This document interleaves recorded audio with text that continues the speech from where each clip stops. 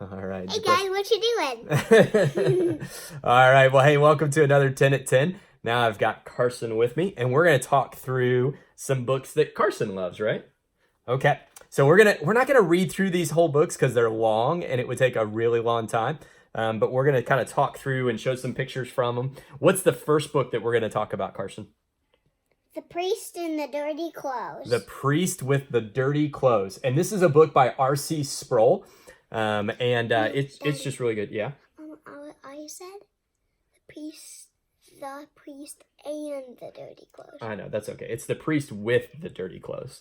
But this is it's really an incredible story about how Jesus has taken our sin away. And so it's actually kind of starts with like an old, let me see if you can get in here and see some of it. It starts with kind of these two kids playing in the mud, and then they come in and they talk to their grandpa. The grandpa tells them a story about a priest that fell in the mud with these really nice clothes on. And ultimately, what ends up happening, do you remember what happens, Carson? Mm-hmm. What happens at the end of the story? He gets new clothes. Where does he get new clothes from? That part I don't know. You don't remember that? No. Is it do you remember this guy? Who's this guy? I don't remember his name. But is he good or bad? Bad. Yeah, he's really bad, isn't he? He's like a wizard guy. Yeah, his name is Malice. And then there's the king. And then, do you remember who? Let's see, because he tries to go to the priest tries to go to everybody to see if they can get his clothes clean, and then he goes to the prince. Do you remember the prince? He's the son of the king, and what does the prince do? Got a little picture here for you that you can see. What does the prince do? He gives him new clothes. That's right, and does he give him his own clothes, right? And it's sort of how Jesus gives us his obedience, right? That Jesus takes... he got dirty, like his heart was dirty, and then he got clean. Yeah, and Jesus cleans our heart, right? So just a really cool story called The Priest with the Dirty Clothes by R.C. Sproul. R.C. Sproul is a famous theologian. He's passed away recently, but has a bunch of these little kids' books. So there's a lot of them, the Light Leans and some others that we really, really like. So, okay, this one we actually called The Biggest Story. This is almost kind of like a little story Bible, but we really like it, by Kevin DeYoung, another really great pastor and theologian. We actually just watched this movie, didn't we? Mm-hmm. We watched this movie. You can actually watch the movie on YouTube for free. But this book kind of goes through the story of the whole Bible. And I think what I like most about it, it's super easy to read, but the pictures are really, really cool. Like, what's this picture of, Carson? Do you know? Satan? Yeah. Because what does it look like? Snake? That's right, a snake. And what story is Satan a snake in? The Bible? The Bible, but what part? Early? At the very beginning? With who else? Who else is in the garden with the snake? Adam and Eve, and then do. Yeah, and what does the snake do? He tricks them. He tricks them, right? And Daddy? Yeah, hold on. And then we're gonna... Daddy, I want you to look on... I know, but we're doing a video right now, though. We'll talk about the book later, okay? Okay. All right, so there's just really, really cool, all the way from the beginning, and kind of tells the whole story of the Bible. As you can kind of see, just beautiful pictures as they go through. So we read this probably every so often to go through, especially in between our different story Bibles that we go through. This would be kind of part of our nightly devotional. And like I said, there's a great, okay, you can put your thumb down. There's a great, there's a great video where you can actually see the entire book. And then this might be, this whole series, and there's a bunch of these books, like Jesus and the Lion's Den. You mean... Well, it's Daniel in the Lion's Den, but the book is actually called Jesus in the Lion's Den because it's going to talk to us about how Daniel is like Jesus. But this is probably our favorite of those, and it's called The Friend Who Forgives. You like this book a lot, don't you? Do you remember what it's about? Jesus? It's about Jesus. That's good. But what's the really funny part? What's your favorite part? What did they have for breakfast? Fish. Fish for breakfast is weird, isn't it? Yeah. Yeah, but it tells the story of Peter, and it's really cool. It talks about how Jesus calls Peter to himself to be a fisher of men, and then it talks through... Daddy, yeah. Oh, yeah, because he's going to fish men. Carson thinks this picture is really funny. because you've got this picture of a bunch of men in a net. And then at the end of the story, it talks about how Peter really, really sadly, Peter denies Jesus. Here, sit back down over this way. Peter denies Jesus and sort of, here, I'll try to get the camera so that it's a little bit more on the book. There we go. How Peter denies Jesus 3 times and then finishes. Does Jesus get really mad at Peter because he denies him 3 times? No. No. What does Jesus do? Do you remember? He asks him to do it. Yeah, and does he ask him? He asks him 3 times, "Do you love me?" Doesn't he? Mm-hmm. And tells him, "I love." Jesus tells Peter that he loves him 3 times in a Wait, really, Daddy, really that cool was way. like a show at lunch we watched. Oh, really? Cool. Yeah. Yeah. Remember the Easter thing Yeah, that's right. that we watched yesterday with lunch? Yeah. The Easter show? Yeah, that's right. And so this is just a really cool story. Again, The Friend Who Forgives. And I would recommend any of the books. There's a bunch of these.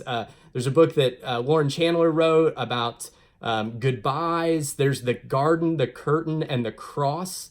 A great book on the story of the cross and throughout kind of time. And then we love this Jesus and the Lion's Den because this is, you actually have to find stuff on every page, don't you? Uh-huh. Do you remember you got to find this little lion symbol? Yep. Wait. Do you want to Daddy? show it one of them? It's on this page. Wait, that used to. Okay. See, look. Yep. Whenever you spot one of these, that's when Daniel was being kind of like Jesus. That's right. Of what he did. Yeah, so it's really, really cool. This is called Jesus and the Lion's Den. And then the last book that we want to show you, that's probably one of our favorites for this sort of thing, is again, another big series, but it's called Buster's Ears Trip Him Up. And this is by Ed Welch. He's a Christian counselor, biblical counselor, just a great kind of thinker, writer. But these are little kids' books, and they're all written in the same little neighborhood with the same sort of characters. And they all deal with teaching kids about emotions in hard situations. And so this one is when you fail. What do you do? Do you remember what happens to Buster? He trips his ear. He trips with his ears. Yeah, because is he really fast? Mm-hmm. And he does this big race, and he thinks he's going to win and succeed, and then he trips and falls, right? Mm-hmm. And then what happens? His ears go over his eyes. That's right, and blinds him. And then what happens at the end? What does Buster learn? Do you remember? Because I can't read, Sally.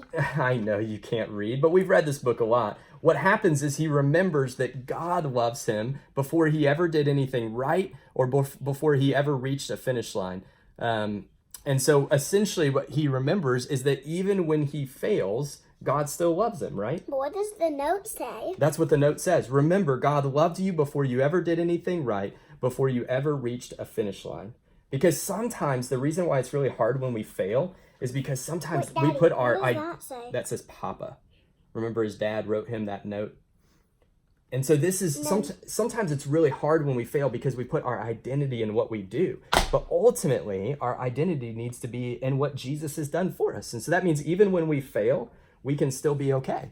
And so then there's a bunch of other things. There's when you're angry, Jax's tail twitches. When you're lonely, Tori comes out of her shell. This might be a really good thing to read with kids right now. Carson, we may read this one again here soon because I think a lot of us are pretty lonely.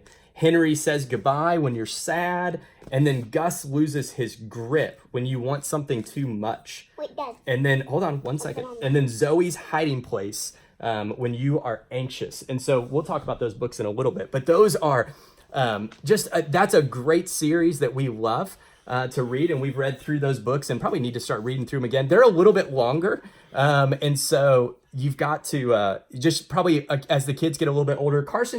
We can read them too, Carson, and he likes them, but they're probably at the longest part of what we would normally read with Carson. Now, I want to take a couple seconds to just read a few books that are a little bit older than Carson, that Carson's really exciting to start reading. And so this is great. Emblems. So if you have older kids, like elementary age kids, Emblems of the Infinite King is incredible. It'd be a great devotional for your older kids. And it just has little sections, takes you through the story of the Bible. And so you could kind of read this to them, or they can read it if they read well as they get older. Just a really, really cool kind of systematic theology for kids. And then, obviously, I've got to mention this. This is one of my favorite. And Carson cannot wait to read this one, though. He wants to read the copy in my office. This is the book that has the lion on it in my office. This is called The Chronicles of Narnia. Most of you have already probably read it. This is one of my favorite little editions. Your one is black. I know. Look, it doesn't have the lion. I know. I've got 2 copies of this. And just let me encourage you to read it not in the order that this book puts it. Don't read The Magician's Nephew first. Start with The Lion, the Witch, and the Wardrobe, and then go on from there. And then finally, this would be for your kind of, again, middle elementary. I love the Wingfeather Saga by Andrew Peterson. I read through this whole series probably a couple years ago. It's so good. He just came out with a new hardcover copy with new illustrations. It looks amazing. And there's 4 of these books. This would be sort of like a Harry Potter, Chronicles of Narnia, that sort of kind of Lord of the Rings, but more kind of a little bit younger version of those. And so you've got Edge of the Sea of Darkness. Yeah, hold on one second. Let me finish explaining them, okay? And then North or Be Eaten, Monster and the Hollows.